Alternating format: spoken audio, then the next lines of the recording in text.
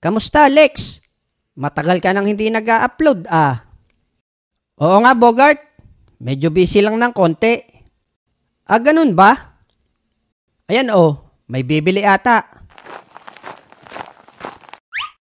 May tinda kayo tinapay? Ayan po, Manong. Ang dami ho. Hindi niyo po ba nakikita? Bulag ata, Bogart. Tama ka dyan, Tutoy. Sorry po. Ay siya, pagbilan mo nga ako ng 50 pesos na tinapay. Ah, sige po, Manong. Wait lang po. Wala ho kayong kasama, Manong. Wala, Tutoy. May pasok anak ko. Oh, eto na po, Manong.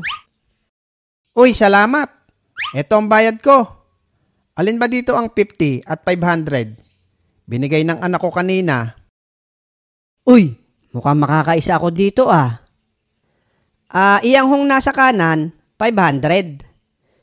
Yung sa kaliwa, ang 50. Ah, sige. Ito ang 500. Suklian mo na lang ako ng 450.